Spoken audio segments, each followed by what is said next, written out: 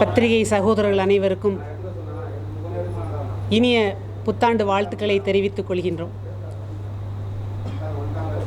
பாரதிய ஜனதா கட்சியின் மகளிர் அணியின் சார்பாக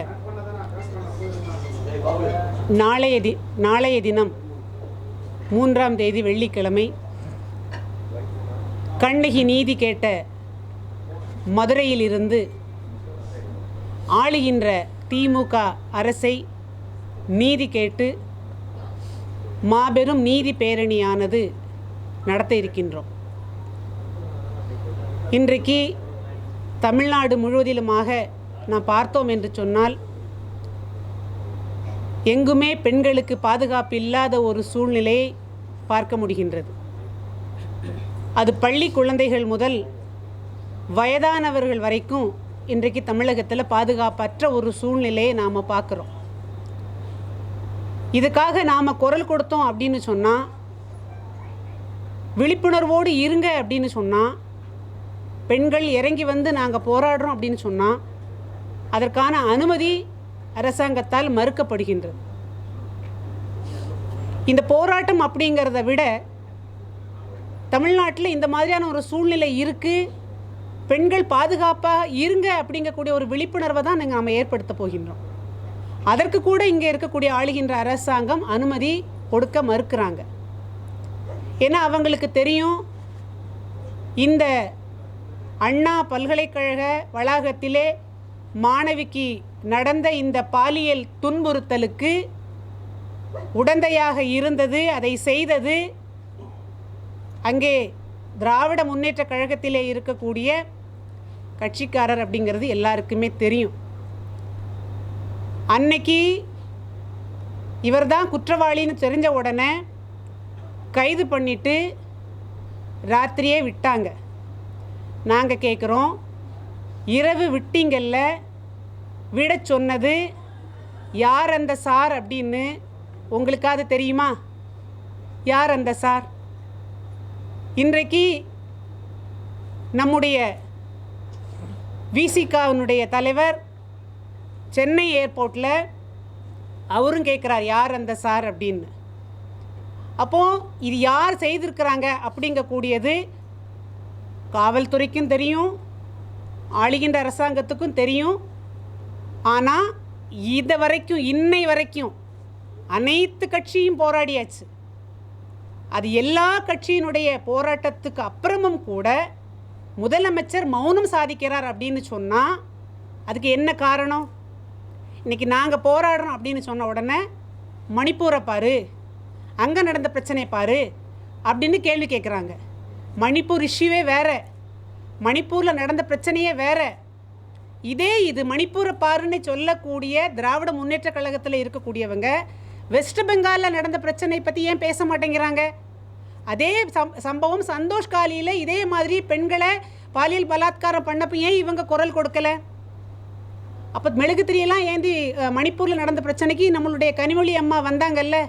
இன்றைக்கி தமிழ்நாட்டில், அதுவும் நீங்கள் ஆளுகின்ற மாநிலத்தில் பெண்களுக்கு தொடர்ந்து, இது அண்ணா பல்கலைக்கழகம் மட்டும் இல்லை, இந்த சம்பவம் நடந்து கொண்டு இருக்கும்போதே நீங்கள் புதுக்கோட்டை மாவட்டம் அறந்தாங்கியில் நர்சிங் கல்லூரியில் படிக்கக்கூடிய ஒரு மாணவியை கூட்டு பலாத்காரம் பண்ணி கிணத்துல போட்டு பிணமாக கொடுத்ததை நாம் பார்த்தோம். இது கன்னியாகுமரி மாவட்டத்தில் டியூஷனுக்கு போயிட்டு வந்த குழந்தை அப்பாக்காக காத்திருந்த அந்த கேப்பில் அந்த பெண் குழந்தையை கூட்டிகிட்டு போய் பாலியல் பலாத்காரம் பண்ணிட்டு நம்ம பார்க்குறோம். இப்போ உங்களுடைய நீங்கள் ஆண்டு கொண்டிருக்கக்கூடிய மாநிலத்தில் இப்படி ஒரு சம்பவம் நடக்குதுன்னு சொன்னால், அடுத்த மாநிலத்தில் ஒரு பிரச்சனை நடக்குதுன்னு சொன்ன உடனே மெழுகுத்திரி ஏந்தி போராடிய கனிமொழி அக்கா ஏன் உங்கள் மாநிலத்தில் நடந்த இந்த பிரச்சனைக்காக நீங்கள் மௌனமாக இருக்கிறீங்க? இதற்கான பதில் தெரியணும். நாங்கள் போராடுறோம் அப்படின்னு சொன்ன உடனே அங்கே மேடை போட பெர்மிஷன் கிடையாது, மைக்கு வைக்க பெர்மிஷன் கிடையாது, நோட்டீஸோட போட்ட பெர்மிஷன் கிடையாது, எதுக்குமே பெர்மிஷன் கிடையாது. ஆனால் நீங்கள் ஆட்சிக்கு வந்ததுக்கப்புறம் கலைஞரனுடைய 100ஆண்டு விழாவுக்கு நீங்கள் வந்து சென்னை முழுக்க பேரணி போனீங்கன்னா சென்னையை ஸ்தம்பிக்க வைப்பீங்க. ஆனால் அது பண்ணலாம். திருமாவளவன் அவர்கள் வந்து அவங்க ஒரு போராட்டம் பண்ணுறாங்க, அதுக்கு நீங்கள் அந்த மாவட்டத்தை முழுக்க ஸ்தம்பிக்க வைப்பீங்க, அதுக்கு பெர்மிஷன் கொடுப்பீங்க. ஆனால் நியாயமான ஒரு பிரச்சனைக்காக, பெண் சமுதாயம் பாதுகாக்கப்படணும் அப்படிங்கக்கூடிய ஒரு பிரச்சனைக்காக இது ஒரு பெரிய சமூக குற்றம். இன்றைக்கி பெண் குழந்தை வெளியில் விடுவதற்கே பெற்றோர்களுக்கு பயமான ஒரு சூழ்நிலையில் நாங்கள் இதை வந்து எல்லாருக்கும் ஒரு விழிப்புணர்வாக இருக்கட்டும் அப்படின்னு சொல்லி நாங்கள் இறங்கி போராடினா எங்களுக்கு அனுமதி மறுப்பு. இன்றைக்கி கூட பாமகவினுடைய கட்சிக்காரங்க போராட்டம் பண்ணியிருக்கிறாங்க. இன்றைக்கி அவங்கள சௌமியா அன்புமணி அவர்களை காரை விட்டு இறங்க விடாமல் இன்னும் கைது பண்ணியிருக்கிறாங்க. அப்போ இதெல்லாம் நாம் பார்க்குறோம். அப்போ உங்கள் ஆட்சிக்கு எதிராக ஏதாவது நாங்கள் குரல் கொடுத்தா உடனடியாக எங்களுடைய குரல் வலையை நெரிக்கணும்னு தானே பார்க்குறீங்க. இதில் இருக்கக்கூடிய நியாயத்தையும் புரிஞ்சுக்க மாட்டேங்கிறீங்க. நீங்கள் சொன்னீங்கல்ல, இது ஆட்சிக்கு வருவதற்கு முன்னால் சொன்னீங்க, இதே மாதிரி பெண்களுக்கான ஒரு பாலியல் கொடுமை நடந்துச்சுன்னு சொன்னால் இதற்காக ஒரு தனி நீதிமன்றம் அமைச்சு நாங்கள் விசாரிப்போம்னு சொன்னீங்க. இதுக்கு தனியாக ஒரு புலனாய்வுத்துறை வைப்பேன்னு சொன்னீங்க. எல்லாம் சொன்னீங்க. நமக்கு ஒரு பழமொழி உண்டு தெரியுமா, 1000 பொய்யை சொல்லி ஒரு கல்யாணம் பண்ணு அப்படின்னு சொல்லியிருக்கிறாங்க. நீங்கள் 501 பொய் சொல்லி வாக்குறுதி கொடுத்து நீங்கள் ஆட்சிக்கு வந்தீங்கல்ல, எங்கே போச்சு உங்களுடைய வாக்குறுதி எல்லாம்? இதுக்கு நீங்கள் வந்து பதில் சொல்லணும். ஆகையினால இந்த போராட்டமானது மகளிர் அணியின் சார்பாக மிக பிரம்மாண்டமாக மதுரையில் நடக்கும். நீங்கள் என்ன அடக்குமுறை பண்ணினாலும், எங்களை கைது பண்ணி ஜெயிலே நீங்கள் வச்சாலும், நாங்கள் எல்லாரும் ஜெயிலுக்கு போவதற்கு பெண் சமுதாயத்தினுடைய பாதுகாப்பிற்காக நாங்கள் ஜெயிலுக்கு போகவும் ரெடி ஆகிட்டோம். ஆகையினால ஆளுகின்ற அரசாங்கம் பெண்களுக்கான பாதுகாப்பை உறுதி செய்ய வேண்டும். நாங்கள் போராடுறோம்னு சொன்னால் எங்களுக்கு கட்டாயமாக அனுமதி தர வேண்டும்.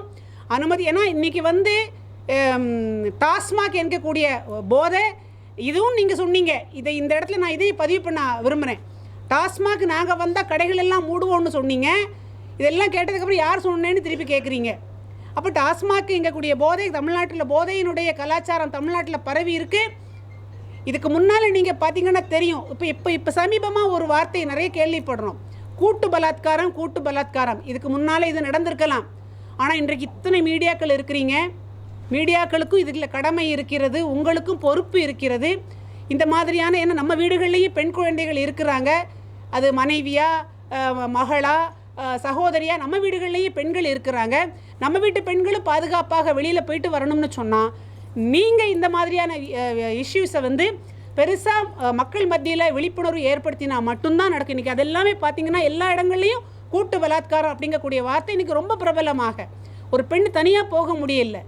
எனக்கு ஒரே ஒரு கேள்வி தான், அடுத்த வீட்டில் இருந்து வெளியில் வரக்கூடிய பெண் குழந்தைய தொடுவதற்கு உங்களுக்கு யார் அதிகாரம் கொடுத்தாங்க? எப்படி தொடுறீங்க அந்த பெண் குழந்தைய? எங்கே போயிட்டுருக்கு இன்றைக்கி நம்மளுடைய சமூகம்? வந்து என்ன பாதுகாப்பு? திருப்பியே வீட்டுக்குள்ளேயே பெண்களை வந்து சமையல் கட்டிலேயே அடைச்சி வைக்கலாம் அப்படின்னு ஒரு சூழ்நிலையா அது? இன்றைக்கி பெண் குழந்தைங்க வெளியில் வர வேண்டாமா? படிக்க வேண்டாமா? வேலைக்கு போக வேண்டாமா? சம்பாதிக்க வேண்டாமா? அவங்களுக்கு ஒரு சுய கௌரவம் வேண்டாமா? அப்போ பெண் குழந்தைங்க வெளியில் வந்தாங்க அப்படின்னு சொன்னால் இது குழந்தைகளுடைய எதிர்காலம் என்ன ஆகிறது? இன்றைக்கி படிப்புங்கிறது ரொம்ப முக்கியம், வேலைங்கிறது ரொம்ப முக்கியம். அப்போ இது பள்ளியில் நடக்குது அப்படி சொன்னால், பள்ளியில் ஆசிரியர்களை கூட நம்பி விட முடியல. பல இடங்களில் ஆசிரியர்களால் கூட இந்த பெண் குழந்தைங்களுக்கு துன்புறுத்தல் இப்படி இருக்குது. அதனால் இது வந்து ஒரு பெரிய சமூக குற்றம். இதற்கு வந்து நம்மளுடைய முதலமைச்சர் அவர்கள் வந்து கட்டாயமாக மௌனம் சாதிக்கக்கூடாது. இதற்கான விடையையும் இதற்கான பதிலையும் நீங்கள் சொல்லணும். ஏன்னா ஆளுகின்ற அரசாங்கத்தை வந்து கேள்வி கேட்கறதுக்கான ஒரு இடத்துல இருக்கக்கூடிய நம்முடைய அண்ணாமலை அவர்கள் சாட்டையால் தன்னை அடிச்சுக்கிட்ட உடனே அவங்கள எல்லாருமே கேலி பண்ணுறீங்களே. இன்றைக்கி நம்ம சமூக வலைதளத்தில் அவரை கேலி பண்ணுறீங்க. நீங்கள் கேலி பண்ணுறது உங்களையே நீங்கள் ஏமாளியாக மாற்றிக்கொள்வதற்கு சமம். நீங்களே ஏமாந்துக்கிறீங்க. ஏன்னு சொன்னால் இந்த சமூகத்தில் இப்படி ஒரு குற்றம் நடக்கிறத என்னால் பார்த்துக்கொள்ள முடியல. பெண்களுக்கான ஒரு உரிமை போராட்டம், இது பெண்கள் பாதுகாக்கப்படணுங்கிறதுக்காக தான் தன்னைத்தானே வருத்தி கொண்டார். அதை நீங்கள் ஏளனம் பண்ணீங்க அப்படின்னு சொன்னால் நீங்கள் உங்களே ஏமாற்றி கொள்றீங்கன்னு தான் அர்த்தம். இதை வந்து அரசியல் பண்ணுறீன்னு நினைக்காதீங்க. இது அரசியலாக பார்த்தீங்கன்னா அரசியல், இது ஒரு சமூக கடமையாக, சமூக பொறுப்பாக பார்த்தீங்கன்னா இது ஒரு சமூக பொறுப்பு எல்லாருக்கும் இருக்குது. ஆகையினால இந்த போராட்டமானது கட்டாயமாக மதுரையில் கண்ணகி எப்படி ஆளுகின்ற மன்னன் கிட்டக்க தன்னுடைய கணவனுக்காக நீதி கேட்டாலோ அதே போல் இன்றைக்கு நாம் வந்து இருக்கக்கூடிய நாங்கள் இங்கே ஆளுகின்ற அரசாங்கத்துக்கிட்ட பெண்களுக்கான நீதியை கேட்கின்றோம். இந்த ஆர்ப்பாட்டத்துக்கு வந்து நாங்கள் எல்லாரையும் அழைப்பு விடுகின்றோம். இந்த ஆர்ப்பாட்டத்துக்கு இங்கே நாளை இருக்கக்கூடிய ஆர்ப்பாட்டத்திற்கு தமிழகத்தில் இருக்கக்கூடிய அத்தனை பெண் சமுதாயத்திற்கும் அழைப்பு விடுகின்றோம். உங்களின் குரலாகத்தான் எங்கள் குரல் அங்கே ஒலிக்கப் போகின்றது. இந்த ஆர்ப்பாட்டம் பேரணியானது நாங்கள் பேரணியாகத்தான் போகணும்னு முடிவு பண்ணியிருக்கோம். பேரணி முடிந்த பின்பாக தமிழகத்தில் இருக்கக்கூடிய இந்த பெண்களுக்கு பாதுகாப்பற்ற ஒரு சூழ்நிலையை நாங்கள் வந்து ஆளுநர்கிட்ட ஒரு மனுவாக கொடுப்பதற்காக நாங்கள் இருக்கின்றோம். கட்டாயமாக நாங்கள் கொடுப்போம். எங்களுடைய இந்த பேரணியை துவக்கி வைத்து மரியாதைக்குரிய குஷ்பு சுந்தர் அவர்கள் இந்த பேரணியை துவக்கி வச்சு கண்டன உரையாற்றுவாங்க. அவங்க கண்டன உரை ஆற்றினதுக்கப்புறம் அந்த பேரணியானது நாங்கள் துவங்கி நடப்போம். நாங்கள் நடப்பதற்கு தயாராகிட்டோம். முதலே சொன்ன மாதிரி நாங்கள் எங்களை வருத்தி கொண்டு இந்த தமிழகத்தில் இருக்கக்கூடிய பெண்களை பாதுகாப்பதற்காக எங்களை வருத்தி கொண்டு எவ்வளோ தூரம் வேணாலும் நடப்பதற்கும், எங்களை கைது பண்ணினீங்கன்னு சொன்னால் நாங்கள் ஜெயிலுக்கு போவதற்கும் தயாராகிவிட்டோம் என்று இந்த நேரத்தில் உங்கள் மத்தியிலே தெரிவித்துக் கொள்கின்றோம். இந்த விஷயத்தை வந்து அரசியலாக்க பார்க்குறாங்க, அரசியல் கட்சின்னு நீதிமன்றம் சொல்லியிருக்கு. அதே போல் இந்த விஷயம் மூலமாக விளம்பரம் தெரிவிக்கிறாங்க அரசியல் கட்சியில் சொல்கிறாங்க. நீங்களும் அதை தான் பார்த்து பண்ணுறீங்க. இப்போ சற்று முன்னர் கோர்ட்டு சொல்லியிருக்கு இல்லைங்க. இது கோர்ட்டு வந்து ஆளுகின்ற அரசாங்கம் அந்த குற்றவாளிக்கு பாதுகாப்பு கொடுத்தாங்க. அந்த பெண்ணினுடைய தகவல் எல்லாமே வெளியிட்டாங்க. அதனால் அரசாங்கமே கோர்ட்டை முன் வந்து தான் இதற்கான அந்த பெண்ணுக்கான இழப்பீடையும் கொடுக்க சொல்லியிருக்கு. கல்வியும் வந்து கட்டணம் இல்லாமல் இருக்கணும், இந்த குடும்பத்துக்கும் பாதுகாப்பு கொடுக்கணும்னு சொல்லியிருக்கு. இப்போ இது விளம்பரம் கிடையாது, இது அரசியலுங்கிறது வந்து விளம்பரம் கிடையாது. இப்போ நடந்த அந்த ஒரு விஷயத்தை யார் வெளியில் சொல்லுவாங்க? இது மக்களுக்கு சொல்லக்கூடிய விளம்பரம் இல்லை, விழிப்புணர்வு. விளம்பரம் கிடையாது, இது விழிப்புணர்வு. இது யார் சொல்லுவாங்க? இந்த டிஆர்டிகல் சட்டத்தில் தான் வந்து பார்த்தீங்கன்னா பதிவு பண்ணியிருந்தாங்க. அதை கசிய விட்டது மத்திய அரசு தான் சொல்லியிருந்தாங்க. சரிங்களா? இப்போ நீதிமன்றம் என்ன கேட்டது, அரசியல் கட்சி இதில் விளம்பரம் தேடுறீங்கன்றாங்க. இல்லைங்க, எல்லாருமே எல்லாருமே ஆளுகின்ற இந்த அரசாங்கமும் இதுக்கு முன்னால் அவங்க எதிர்கட்சியாக இருக்கும்போது சொல்லுவாங்க, அரசியல் பண்ணாமல் நாங்கள் என்ன அவியலாக பண்ணணும்னு கேட்டவங்க தானே. அப்படி தானே கேட்டாங்க. நாங்கள் அரசியல் பண்ணாமல் அவியலாக பண்ணணுன்னு தானே கேட்டாங்க. இது அரசியல் இல்லை. இந்த பிரச்சனையை பொறுத்தவரை மட்டில் இது வந்து அரசியல் கிடையாது, இது வந்து விளம்பரம் கிடையாது, இது ஒரு விழிப்புணர்வு. பெண் சமுதாயத்தின் மீது நடக்கக்கூடிய இந்த குற்றங்களுக்கு வந்து அந்தந்த குடும்பங்களுக்கு, அந்தந்த பெற்றோர்களுக்கு, இந்த சமுதாயத்துக்கு நாங்கள் ஏற்படுத்தக்கூடிய ஒரு விழிப்புணர்வை தவிர இது விளம்பரம் நிச்சயமாக கிடையாதுங்கிறத தெரிவித்துக் கொள்கின்றோம். ஆனால் இந்திய வரலாற்றிலே ரொம்ப மோசமான சம்பவம் இதுவரைக்கும் இனியும் நம்ம இனி பார்க்கக்கூடாது அந்த மாதிரி சம்பவம் தான் மணிப்பூர் சம்பவம். அது நீங்கள் லேசாக கடந்துட்டு போறீங்களே, இதை நம்ம எப்படி பார்க்கணும்? மேடம், மணிப்பூருங்கிறது வந்து மணிப்பூரில் இருந்த இஷ்யூ உங்கள் பத்திரிகைக்காரங்க உங்களுக்கு சொல்லி தெரியணும்னு கிடையாது. மணிப்பூர் இஷ்யூவே வேறு. நீங்கள் மணிப்பூர் இஷ்யூவை பெருசாக கேட்குறீங்கல்ல. வெஸ்ட் பெங்காலில் நடந்தது ஏன் மூடி மறைக்கிறீங்க? ஏன் பேச மாட்டேன்றீங்க? வெஸ்ட் பெங்காலில் சந்தோஷ் காலிங்கிற இடத்துல நடந்ததில்லை. எவ்வளவு எத்தனை பெண்களை வந்து வீட்டுக்குள்ளே ஏறி போய் அந்த பெண்களுக்கான துன்புறுத்தல் நடந்ததில்லை. ஏன் வெஸ்ட் பெங்காலை பற்றி பேச மாட்டேங்கிறீங்க? எதுக்கு எடுத்தாலும் ஏன் மணிப்பூருக்குள்ளே ஒழிஞ்சுக்கிறீங்க?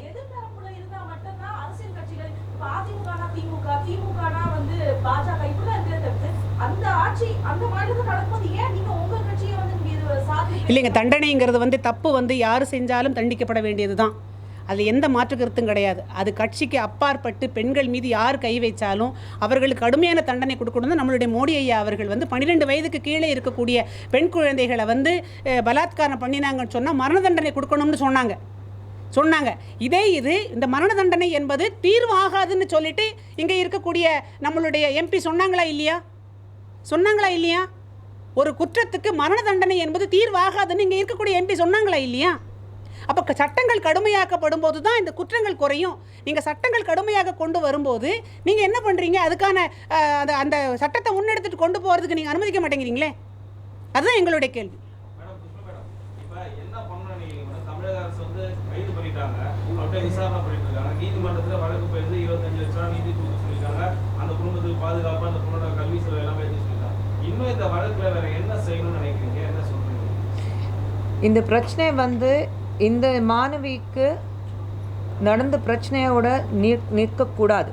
இதுக்கு முன்னாடி நடந்திருக்கு, இதுக்கப்புறம் நடக்கக்கூடாதுன்னு யாராவது கேரண்டி தர முடியுமா? ஷிஃப்ட் பண்ணுறீங்களா? ஷிஃப்ட் பண்ணிக்கலாம் சார். நீங்கள்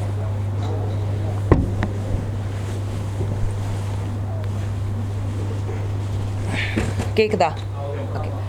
இந்த பிரச்சனை இன்றைக்கி நடந்த ஒரு பெண் குழந்தைக்கு இப்போ நடந்த பிரச்சனையோட நிற்கக்கூடாது.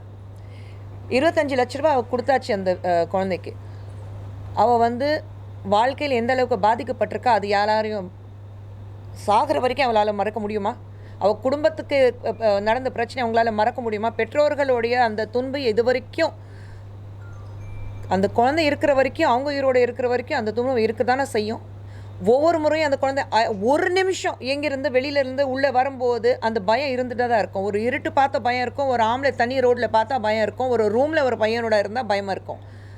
அந்த அளவுக்கு துன்பப்படுத்ததுக்கப்புறம் நீங்கள் 25 லட்சம் நாங்கள் கொடுத்துட்டோம், அதனால தான் கல்வி வந்து ஃப்ரீயாக கொடுத்துட்டோம், அதனால தான் எல்லாமே சரியாயிடுங்கிறது கிடையாது. இது எங்கே முற்றுப்புள்ளி வைக்கணும்?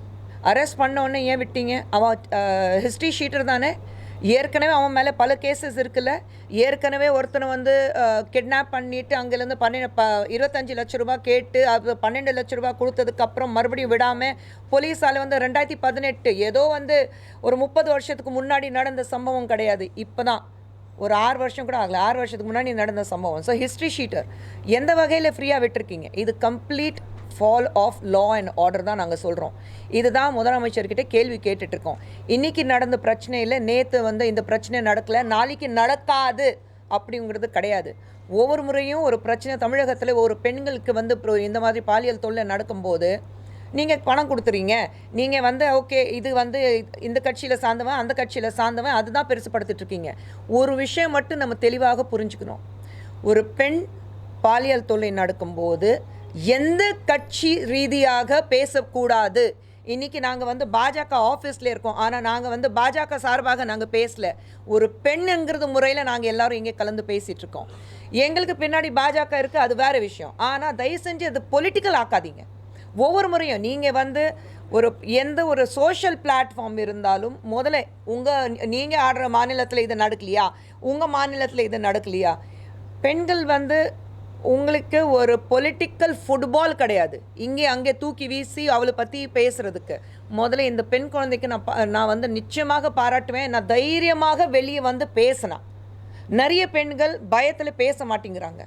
அவளை வந்து பலாத்காரம் செஞ்சதுக்கப்புறம் பாலியல் தொல்லை நடந்ததுக்கப்புறம் அவள் வந்து ஃபோன் நம்பர் வாங்கிட்டு நான் எப்போ வர சொல்வேன் அப்போ நீ வரணும் அதெல்லாம் மிரட்டியும் அந்த பெண் குழந்தைக்கு ஒரு தைரியம் இருந்தது. என்ன மாதிரி இன்னொன்று பெண் பாதிக்கப்படக்கூடாது, இந்த மாதிரி இந்த ஆளை பற்றி நான் பேசலைன்னா நாளைக்கு இன்னும் எத்தனை பெண்களோட வாழ்க்கையை சீரடிக்க போகும்னா சொல்லிவிட்டு அவள் வந்து வெளியில் பேசியிருக்கா. முதல்ல அந்த பெண் குழந்தை பாராட்டணும். அந்த குழந்தை பற்றி வெளியில் அவளுடைய எல்லா தகவல்கள் வெளியில் கொடுத்தாங்க பாருங்கள், அவங்கள முதல்ல தண்டிக்கணும். யார் கொடுத்தது? யார் கொடுக்க சொல்ல? அது சட்ட ரீதியாக தவறு தானே. யார் வெளியில் கொடுத்தது? நம்ம நிர்பயா சொல்லும்போது கூட எவ்வளோ நாள் கழிச்சு தான் அவளோட பேர், ஆனால் இன்னி வரைக்கும் நாங்கள் அந்த பெண் குழந்தையோட பேர் சொல்கிறதுல நிர்பயா மட்டும்தான் கூப்பிட்றோம். அப்படி இருக்கும்போது யார் இந்த குழந்தை பற்றி வந்து பேரெல்லாம் டீட்டெயில்ஸ் எல்லாம் பர்சனல் டீட்டெயில்ஸ் வெளியே கொடுத்தாங்க? ஏன் அதை பற்றி யாரும் பேச மாட்டேங்கிறீங்க? பேர் கொடுத்தாச்சு, அது யாரும் பேசினாங்க. இது பாஜக, அதிமுக, திமுக, வேற ஏதோ கட்சி எல்லாமே கலந்து நீங்கள் சண்டை போட்டுட்ருக்கீங்க. நான் தயவு செஞ்சு இது பொலிட்டிக்கல் பிரச்சனை ஆக்காதீங்க. பெண்களுக்கு எந்த மாநிலம் இருந்தாலும் பெண்களுக்கு ஒரு பிரச்சனை நடக்கும்போது அது ஃபுட்பால் மாதிரி, கால்பந்து மாதிரி இங்கே தூக்கி வீசி அங்கே தூக்கி வீசி அவளை வந்து இன்னும் கேவலப்படுத்த வேண்டாதான் நான் என்னுடைய வேண்டுகோள்.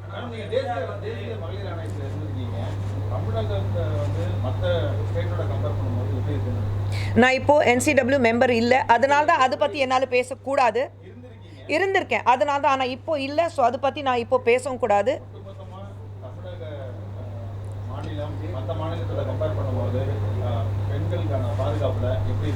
கண்டிப்பாக ரொம்ப மோசமாக இருக்குது. ஏன்னா கம்ப்ளைண்ட்ஸ் எனக்கு தான் வரும். கம்ப்ளைண்ட்ஸ் எனக்கு தான் வரும்போது ரொம்ப கேவலமாக இருந்தது. ஏன்னா நம்ம மாநிலத்திலேருந்து இவ்வளோ பிரச்சனைகள் உண்டா அப்படி பார்க்கும்போது இல்லை டேட்டா இருக்கும். இப்போ நான் NCW சார்பாக என்னால் பேச முடியாது. டேட்டா உங்களுக்கு தெரியும்னா நீங்களே டேட்டா நீங்கள் போட்டுக்கோங்க. ஆனால் NCWவில் இருந்திருக்கேன், அதுக்காக நான் வந்து ஒரு மகளிர் ஆணையில் இருந்திருக்கேன், அதுக்காக நான் இப்போ பேசக்கூடாது, அது தவறாக இருக்கும். I don't have any rights to speak on behalf of NCW. அந்த டேட்டா கூட என்னால் வெளியில் போக முடியாது. நீங்கள் உங்களுக்கு டேட்டா இருக்குன்னா தாராளமாக நீங்கள் அதை பப்ளிஷ் பண்ணிக்கோங்க. We cannot compare. Why are we comparing is what my question is. நம்ம வந்து இந்த மாநிலத்தில் கம்மியாக இருக்குது, நம்ம மாநிலத்தில் அதிகமாக இருக்குது, அந்த கட்சி வந்து காங்கிரஸ் ஆட்சியில் அதிகமாக இருக்குது, இங்கே பிஜேபியில் வந்து கம்மியாக இருக்குது, இல்லை இந்த இடத்துல பிஜேபி வந்து ஆளுங்கட்சி இருக்குது அதனால தான் அங்கே அதிகமாக இருக்குது. அப்படி பண்ணவே கூடாதுன்னு நான் சொல்கிறேன். Don't do it. ஒரு பெண்களுக்கு நம்ம நாட்டில் ஒரு பெண்ணுக்கு ஒரு பிரச்சனை நடக்கும்போது எந்த மாநிலத்தில் அதிகமாக இருக்குன்னா வேண்டாம். ஏன்னா அது உடனே நீங்கள் வந்து கட்சி ரீதியாக அது வந்து சாணி பூசுறீங்க, அது பண்ணாதீங்க. ஐ எம் சேயிங் ஒட்டுமொத்தமாக நம்ம நாட்டில் பெண்களுக்கு பாதுகாப்பு இருக்கா அதுதான் நம்ம பார்க்கணும். இன்னொன்று நம்ம மாநிலம் தமிழம் சொல்லும்போது ஒரு தமிழகத்தில் நம்ம ஒரு தமிழக மாநிலம் சொல்லும்போது ஒரு பெருமையோட சொல்கிறோம். ஒரு கண்ணகியோட நம்ம இடம் சொல்கிறோம். நம்ம அப்படியெல்லாம் சொல்லும்போது ஏன் பெண்களுக்கு இவ்வளோ பிரச்சனைகள் இருக்குது? அதுதான் நம்ம இடத்துல ஒரு பிரச்சனை நடக்கும்போது, என் வீட்டில் ஒரு பிரச்சனை நடக்கும்போது அதை விட்டுட்டு பக்கத்து வீட்டில் பிரச்சனை இருக்கா நான் எப்படி பார்க்க முடியும்? என் வீட்டில் இருக்கிற பிரச்சனையை என்னால் தீர்க்க வைக்க முடியுமா முடியாதா? என் வீட்டில் நடந்த ஒரு பிரச்சனைக்காக என்னால் குரல் கொடுக்க முடியுமா முடியாதா?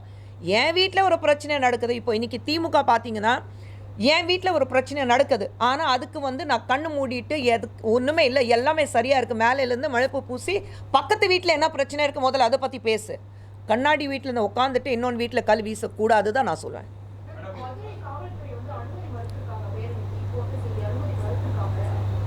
அதை நீங்கள் கேளுங்க, ஏன் அனுமதி மறுத்துறாங்க? இப்போ எல்லாத்துக்கும் நீங்கள் உங்கள் ஆளுங்கட்சியில் இருக்கிறபோது நீங்கள் உங்களுக்கு கூட்டணியில் இருக்கிறவங்களுக்கு நீங்கள் எல்லா பர்மிஷன் கொடுக்குறீங்கல்ல. அப்போ மற்றவங்க ஒரு போராடணும்னு சொல்லும்போது, ஒரு பேரணி நடத்தணும்னு நான் சொல்லும்போது ஏன் நீங்கள் பர்மிஷன் கொடுக்க மாட்டேங்கிறீங்க? இன்றைக்கி ஏன் சௌமியாவை நீங்கள் அரெஸ்ட் பண்ணியிருக்கீங்க? ஏன்னா உங்களுக்கு சாதகமாக இல்லை.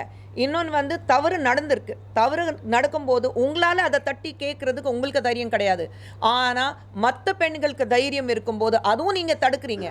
நான் இதே கேட்பேன், இவங்க சொன்ன மாதிரி கனிமொழி எங்கே? ஒவ்வொரு விஷயத்தில் கனிமொழி முன்னாடி பேசுகிறாங்கல்ல, எங்கே இருக்காங்க? ஏன் யாருமே அவங்களுக்கு மகளிர் அணி இங்கே இருக்குல்ல, திமுகவோட மகளிர் அணி ஒன்று இருக்குல்ல, எங்கே இருக்காங்க?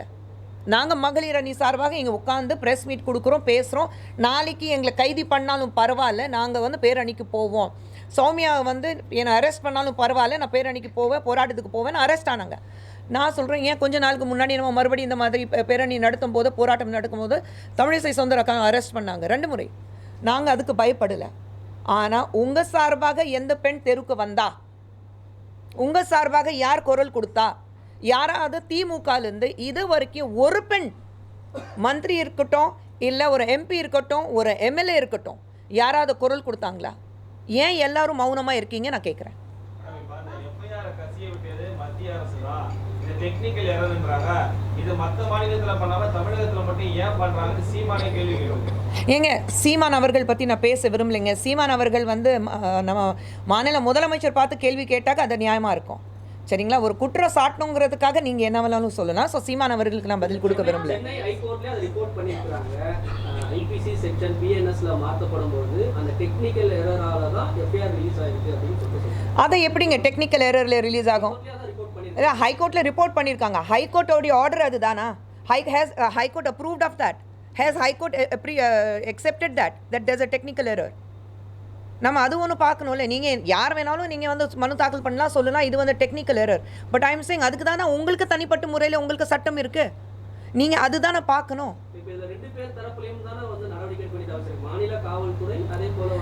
யார் நீங்கள் நடவடிக்கை எடுங்க. அதனால தான் நாங்கள் நீங்கள் நடவடிக்கை எடுக்காதீங்கன்னு நாங்கள் யாருமே சொல்லலை. நீங்கள் ஒரு பெண்ணுக்கு பாதுகாப்பாக இருக்கணும், ஒரு பெண்ணுக்கு நியாயம் கிடைக்கணும்னா என்ன ஒரு நடவடிக்கை எடுக்கணும், அந்த தாராளமாக எடுங்க. நான் சொல்கிறது ஒன்று, ஒரு எங்கேயாவது நம்ம வீட்டில் ஒரு டேப்பில் எங்கேயாவது ஒரு லீக்கேஜ் இருந்தால் அதுதான் முதல்ல சீல் பண்ணுவோம். மொத்தமாக மேலேருந்து ஃபுல்லாக விழும்போது அப்புறம் பார்த்துக்கலாங்கிறது கிடையாது. ஸோ எங்கே லீக்கேஜ் இருக்கும் முதல்ல அதை சீல் பண்ணுங்களேன். ஏன் ஒவ்வொரு முறையும் ஒரு பெண் தான் பலியாக்கணுமா இந்த மாதிரி விஷயத்துக்கு?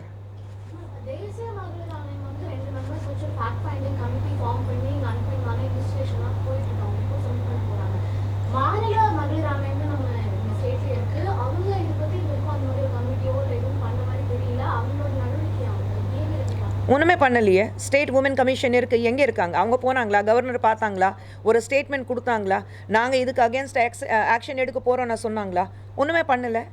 எங்கே இருக்காங்க ஸ்டேட் உமன் கமிஷன்? எங்கே இருக்காங்க? ஏன் அங்கே NCWலேருந்து மம்தா குமாரி வந்தாங்க, பாம்பேலேருந்து பிரவீன் தீக்ஷித் வந்தார். அவங்க 2 பேரும் போகும்போது ஏன் ஸ்டேட் கமிஷன்லேருந்து யாருமே போகல? கூட பதில் கொடுத்தாங்களா? எங்கேயாவது பேசினாங்களா? கமிட்டி பேசினாங்களான்னு சொல்கிறேன். எங்கேயுமே பேசல. அப்போ ஸ்டேட் கமிஷன் ஒரு ரிப்போர்ட் கொடுக்குறோன்னா NCW தைரியமாக நாங்கள் சூமோட்டோ எடுக்கிறோம், இம்மீடியட்டாக ஒரு டீம் கொடுக்குறோன்னா ஏன் ஸ்டேட் கமிஷன்லேருந்து யாருமே போகலை? ஏன்னா you control by the state, you control by the government. அவங்க சொல்கிறதா நம்ம இந்த சட்டம் என்னென்னா, இவங்க என்ன சொல்கிறாங்க, ஆளுங்கட்சி என்ன சொல்லுது, அதுதான் நாங்கள் பண்ணுவோன்னா சொல்லிட்டு உட்காந்துட்டு இருக்காங்க. யார் அந்த சார் அப்படிங்கிறது ஒரு முக்கியமான விவாதமாக இருக்கு மேடம். பிஜேபி தரப்புலையும் அதை என்ன தொடர்ந்து முன்வைக்கிறீங்களா? ஞானசேகரனுக்கு பின்னணியில் யார் இருப்பாங்கன்னு பிஜேபி தரப்புலையும்? ஆமாங்க, அதுதானே கேள்வி கேட்டுட்ருக்கோம். யார் அந்த சார் சொல்லி தான் விட்டோம். யார் அந்த சார்? போலீஸ் என்ன சொல்கிறாங்க, மொபைல் ஆப்ரன் மோட இருந்துச்சு, ஆன்லைனில் அவர் மிரட்டுறதுக்காண்டி அந்த தன்னோட கருத்துக்கு இணங்க வைக்கிறதுக்காண்டி அப்படி மிரட்டியிருக்காரு அப்படிங்கிற மாதிரி போலீஸ். எங்கள் போலீஸ் அப்படி பதில் சொல்லலாமா? நான் கேட்குற கேள்வி ஒன்று தான். அவங்க வீட்டில் இப்படி ஒரு பிரச்சனை வந்தால் அவங்க இந்த பதில் கொடுப்பாங்களா? அப்போ மட்டும் நடவடிக்கை வேறு மாதிரி இருக்கும்ல. எல்லாமே உணர்வுபூர்வமா அணுக முடியாது. அறிவியல் இல்லைங்க, அடிப்படையில் அப்படிங்கிற ஒரு மனிதர்கள் சொல்லும்போது நமக்கு வந்து ஆனால் உணர்வுபூர்வமாக இருக்கிறதுனால தான் நம்ம இங்கே உட்காந்துட்டு பேசிகிட்டு இருக்கோங்க. எல்லாரும் நாங்கள் வந்து மிஷின் கிடையாதுல்ல. ஸோ அப்படி இருக்கும்போது சிம்பிளான விஷயம், நீங்கள் என்ன சட்டம் இருந்தாலும் சட்டத்துக்கு நேராக எதிராக தான் நடந்திருக்கு இந்த விஷயம். உங்களுக்கு எல்லாருக்கும் தெரியும், நம்ம எல்லாருக்கும் தெரிஞ்ச விஷயம், சரிங்களா? ஆனால் கேட்குற கேள்வி, அவங்க வந்து சட்டத்துக்கு பேப்பரில் எப்படி இருந்தது, வாட்ஸ்அப்பில் எப்படி இருந்தது, குரூப்பில் எப்படி இருந்தது, அதுக்காக தான் இது பண்ணோம்.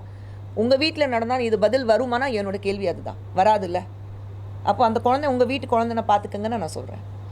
மேடம், தேசிய மகளிர் ஆணைய பொறுப்புல இருந்து நீங்க விலகியதுக்கு பிறகு ரொம்ப பெருசா நிகழ்ச்சிகளை பார்க்க முடியல. கட்சி நிகழ்ச்சிக்கு உங்களை அழைக்கல அப்படின்றலாம் பேசி இன்னைக்கு எங்கே இருக்கேன்?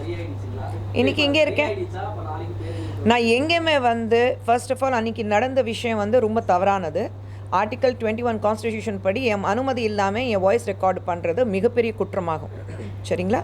அதுதான் அன்றைக்கி நடந்தது. அதெல்லாம் விட்டாச்சு, அதெல்லாம் தாண்டி போயாச்சு. தவறு நடந்தது, அவங்களும் வந்து மன்னிப்பு கேட்டுட்டாங்க, அது விட்டாச்சு. இதுக்கப்புறம் என்ன புது வருஷத்தில் புதுசாக என்ன பண்ணணும், இன்னும் நல்ல வகையில் இன்னும் என்னென்ன விஷயங்கள் நம்ம பண்ண முடியும் அதுதான் பார்த்துட்டு போகணும்னா தவிர கடந்த விஷயம் அப்படி கடந்து போகட்டும். No point. துணைவேந்தர்களை நியமிப்பது ஆளோட பொறுப்பா இருக்கு. நீங்க இப்போ அங்க அண்ணா யூனிவர்சிட்டியில கூட வைஸ் சான்சலர்ஸா இல்லைன்றாங்க. அதனால இப்போ நீங்க ஆளுநர்கிட்டே போய் மனு கொடுக்க போறீங்க, அதுல இந்த விஷயத்தை மையப்படுத்துவீங்களா? அவங்க தான் பதில் சொல்லுவாங்க. அந்த ஆடியோ விஷயம் வந்து உண்மைக்கு போடல.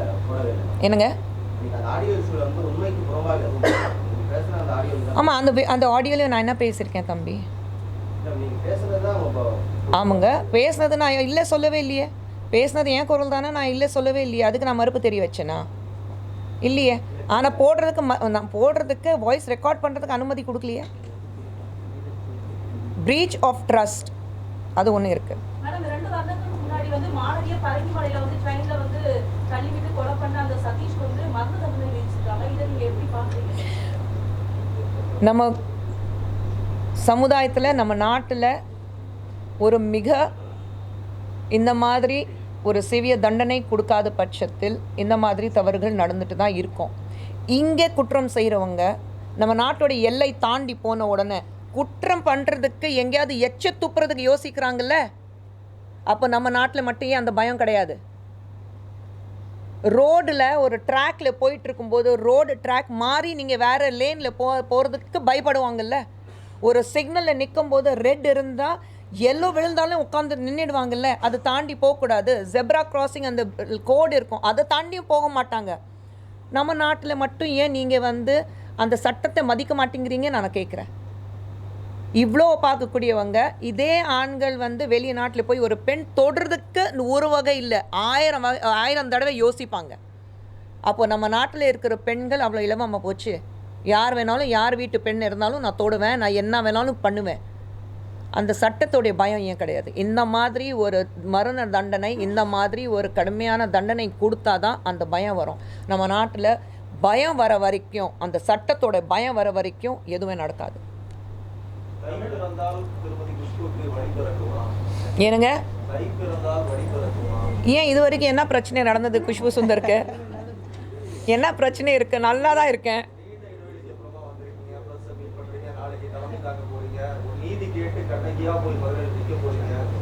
நான் என்றைக்குமே கண்ணகி தானே. புது சூழ்நிலையம் சென்னைக்கு வந்து ஒரு 38 வருஷம் ஆச்சு. 38 வருஷமாக கண்ணகியாக தான் வாழ்ந்துட்டுருக்கேன். மனசில் பட்டது பேசுவேன், மனசில் பட்டது செய்வேன். அது ஒன்றும் எந்த மாற்றமும் கிடையாது. குஷ்பு சுந்தர் எப்படி இருந்தாலோ இன்னி வரைக்கும் அப்படி தான் இருக்கா. பெண் குழந்தைகள் படிக்கிறதுக்கு எந்த மாதிரியான தடை வந்தாலும் அதை வந்து இந்த அரசு தகர்த்து எறியும் முதல்வர் சொல்லியிருக்காரு. இது வந்து பெண்களுக்கு, பெண் குழந்தைகள் படிப்பதற்கு எந்த தடை வந்தாலும் அதை தகர்த்து எறியும் இந்த அரசு அப்படின்னு சொல்லிட்டு முதலமைச்சர் 44,000 கோடி எடுகேஷன் பாலிசி காசு கொடுத்துருக்காங்க. எங்கே இருக்குன்னா முதல்ல அதுக்கு பதில் கொடுக்க சொல்லுங்கள். 44,000 கோடி, ஒரு கோடி 2 கோடி கிடையாதுங்க, 44,000 கோடி. இதுதான் அண்ணாமலை அவர்களும் கேட்டிருக்காரு. எங்கே இருக்குங்க அந்த எடுகேஷன் பாலிசியில் தானே அந்த காசு கொடுக்கணும் எஜுகேஷனுக்கு. நாங்கள் வந்து 10,000 கவர்மெண்ட் ஸ்கூலில் வந்து புது பில்டிங்ஸ் கட்ட போகிறோன்னு சொன்னாங்க. எங்கே இருக்குது? ஒரு செங்கல் கூட எடுத்து வைக்கல. கேட்டோடனே உடனே நம்ம டெபுட்டி சிஎம் நீங்கள் மதுரையில் வந்து எய்ம்ஸ் திறக்கிறீங்கன்னு துவக்க போகிறீங்கன்னு சொன்னீங்க, அதுக்கு செங்கல் வச்சிங்களான்னு கேட்பாரு. அதுவும் தெரியும் எனக்கு. அதுக்கு இதுக்கு சம்மந்தமே இல்லை. அது சென்ட்ரல் கவர்மெண்ட். நீங்கள் இங்கே வந்து இந்த மாதிரி வாக்குறுதி கொடுத்தீங்க எலெக்ஷன் டைமில். இது 4 வருஷத்தில் 44,000 கோடி. அப்போ கணக்கு பண்ணிங்கன்னா ஒரு வருஷத்துக்கு எத்தனை ஆச்சு உங்களுக்கு? 4,200 கோடி. எங்கே இருக்குது? அதுக்கு பதில் கொடுக்க சொல்லுங்கள் முதலமைச்சர் அவர்கள். என்னங்க இந்த மாதிரியான வாக்குறுதிகளை நிறைவேற்றாதது, இந்த பெண்களுக்கு எதிரான இந்த மாதிரி இல்லை, வாக்குறுதி பொறுத்த வரைக்கும் எல்லாருக்கும் தெரியும். திமுக பொறுத்த வரைக்கும் அவங்க ஆட்சிக்கு வர்றதுக்கு முன்னாடி என்னென்ன வாக்குறுதி கொடுத்தாங்க, இது வரைக்கும் ஒரு வாக்குறுதி கூட நிறைவேற்றலை. சரிங்களா? ஸோ பேசிகிட்டே போயிட்டே இருக்காங்க. பேசிகிட்டே இருங்க. நீங்கள் வந்து ஒவ்வொரு முறையும் நீங்கள் வந்து நாங்கள் இது பண்ணுவோம் அது பண்ணுவோன்னா ஒரு பொய்யான வாக்குறுதி மக்களுக்கு கொடுத்துட்டு மக்கள் ஏமாற்றிட்டு மக்களுக்கு காசு கொடுத்துட்டு நீங்கள் எலெக்ஷன் ஜெயிச்சுட்டு தான் இருக்கீங்க. எல்லாத்துக்கும் ஒரு காலம் வருது இல்லை? ஏதோ ஒரு பிரச்சனை வரும்போது பேசுறோம், அப்புறம் கண்டுக்காம போயிடும். தேமா கமிட்டி ரிப்போர்ட் கூட அப்படிதான் இருக்கு. தமிழ்நாட்டிலையும் அந்த மாதிரி பிரச்சனை இருக்குன்னு நிறைய நடிகர்கள் சொல்ல ஆரம்பிச்சாங்க. அதுக்கப்புறம் எல்லாமே ப்ரெஸ்ஸில் சொல்லணும்னு அவசியமே இல்லை. ஏன் அது வந்து நடிகர் சங்கத்தில் நடந்துட்டு தான் இருக்குது. நாங்கள் கேசஸ் வாங்கிட்டு தான் இருக்கோம், நாங்கள் சால்வ் பண்ணிட்டு தான் இருக்கோம். உங்களுக்கு எல்லாருக்கும் என்ன இருக்குது தெரியுங்களா? அந்த சோஷியல் மீடியா பிளாட்ஃபார்ம்னால அந்த கேமராஸ் இருக்கிறதுனாலே உங்களுக்கு ஒரு பிரேக்கிங் நியூஸ் வேணும். அது வந்து ஒவ்வொரு முறையும் கொடுக்க முடியாது. பீஸ்ஃபுல்லான நியூஸாக இது? ஆளாளுக்கு யூடியூபர்ஸ் வந்து உட்காந்துட்டு யாரை பற்றி ஏதோ புருஷன் பொண்டாட்டிக்கு நடுவில் படுத்துட்டு புருஷன் பொண்டாட்டிக்குள்ளே பிரச்சனை என்ன இருக்குது அதை பார்த்துட்டு பேசக்கூடிய நிலைமை இன்றைக்கி தமிழகத்தில் இருக்குது. ஹைதராபாத்தில் யாராவது, தெலுங்கானாவில் யாராவது வந்து யூடியூபர்ஸ் உட்காந்துட்டு பேச முடியுமா? அந்த தைரியம் வருதா இப்போ யாருக்கும்? கேரளாவில் பேச முடியுமா? கர்நாடகாவில் பேசுகிறாங்களா? தமிழகத்தில் மட்டும் ஏன் அந்த சட்டம் கிடையாது அவங்கள வந்து தடுக்கிறதுக்கு? யார் பண்ணுறாங்க?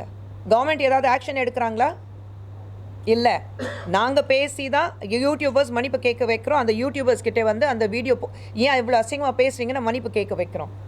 ஏன் கவர்மெண்ட்டால் எதுவும் பண்ண முடியல? அங்கேயும் பெண்கள் பற்றி தானே நீங்கள் எழுவாக பேசுகிறீங்க. அப்போ பதில் வராது பார்த்தீங்களா உங்ககிட்ட?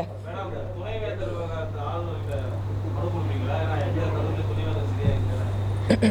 அது நம்ம மேலிடத்தில் கேட்டுட்டு நம்ம மனுவில் அதை அதில் ஆளுநர் தான் மேடம். ஆளுநர் தான் இல்லை அந்த மனு கொடுக்கும்போது அதில் சேர்த்துக்கிறத பற்றி நாங்கள் மாநிலத்தில் தலைமையில் கேட்டுட்டு நாங்கள் அதை முடிவு சொல்கிறோம். மேடம், இந்த ஸ்டேட் கவர்மெண்ட் கீழே இருக்கக்கூடிய மகளிர் ஆணையம் வந்து இந்த விஷயத்தில் எதுவும் பேசலை, அமைதியாக இருந்திருக்கிறாங்கன்னு ஒரு தகவல் சொன்னீங்க. அதுதான் சொன்னேன். இப்போ அதை சொன்னீங்க. நம்ம ஸ்டேட் கவர்மெண்ட் கட்டுப்பாட்டுக்குள்ள இருக்குது. அதே போல் இப்போ இந்த பாதிக்கப்பட்ட மாணவி விஷயத்திலையும் ஸ்டேட் கவர்மெண்ட் கட்டுப்பாட்டு கீழே இருக்கக்கூடிய அதிகாரிகள் தான் விசாரணை அமைப்பில் இருக்கிறாங்க. இதில் உண்மை வரும்னு நீங்கள் நம்புறீங்களா? ஏற்கனவே இதே போல போடப்பட்ட பல வழக்குகள், அண்ணா நகர் சம்பவம் உட்பட எல்லாமே கிடப்பில் தான் போச்சு. அதில் எந்த முடிவுகளும் வந்ததில்லை. இதுலையும் வரும்னு நீங்கள் நம்புறீங்களா? நிச்சயமாக நம்பிக்கை கிடையாது. அதுக்காக தான் நான் போராடிட்டு இருக்கோம். அதுக்காக தான் நாங்கள் குரல் கொடுத்துட்ருக்கோம். இது வரைக்கும் தமிழகத்தில் பெண்களுக்கு எதிராக நடந்த பிரச்சனைகள்ங்க திமுக ஆட்சியில் இருக்கும்போது பெண்களுக்கு இந்த 4 வருஷத்தில் எத்தனை பிரச்சனைகள் வந்திருக்கு? ஏதாவது தீர்ப்பு நமக்கு கிடைச்சிருக்கா? இன்றைக்கி பேசுவோம், நாளைக்கு வந்து அதை அப்படியே மறந்துடுவோம். ஏன்னா அதுக்கப்புறம் வேறு விஷயமா இவங்க திசை திருப்புறதுக்காக வேறு விஷயமா பேச ஆரம்பிச்சிருவாங்க. அவ்வளோதான் நடக்குது. இதில் ஒரு விஷயம், உண்மையை பேசின காவல்துறை அதிகாரியை சஸ்பெண்ட் பண்ணுறதா இந்த ஆட்சி, அதையும் சேர்த்துக்கோ. ஆமாம், உண்மையை பேசினார்ல, இது சட்ட ஒழுங்கு சரியில்லைன்னு பேசின காவல்துறை அதிகாரியை நீங்கள் என்ன பண்ணீங்க? சஸ்பெண்ட் பண்ணியிருக்கீங்க. அப்போ எப்படி பேசுவாங்க தைரியமாக? எங்கே நியாயம் கிடைக்கும்? காவல்துறை அதிகாரிக்கே பாதுகாப்பு இல்லை, அவருடைய வேலைக்கே வந்து உத்தரவாதம் இல்லை. அப்புறம் எப்படி நீங்கள் நியாயத்தை எதிர்பார்க்குறீங்க தமிழ்நாட்டில்? ஏன் இவ்வளோ வந்து நானே போனேன்னு கள்ளக்குறிச்சி பக்கத்தில் வந்து ஒரு எத்தனை பேர் வந்து அந்த கள்ளச்சாராயம் குடிச்சிட்டு இறந்தாங்க. அதுக்கப்புறம் என்னாச்சு? ஏதாவது வந்ததா? தகவல் வந்ததா? அங்கே யார் கள்ளச்சாராயம் காய்ச்சினாங்க? அவங்க வந்து திமுகவுக்கு சார்ந்தவங்க தான். அவங்க ஏதாவது அவங்க தகவல் கிடச்சதா? என்ன ஆனாங்க? அதை பற்றி யாராவது பேசுகிறோமா? அவங்களுக்கு அந்த கிராமத்தில் இருக்கிறவங்களுக்கு நியாயம் கிடைச்சதா? இல்லை.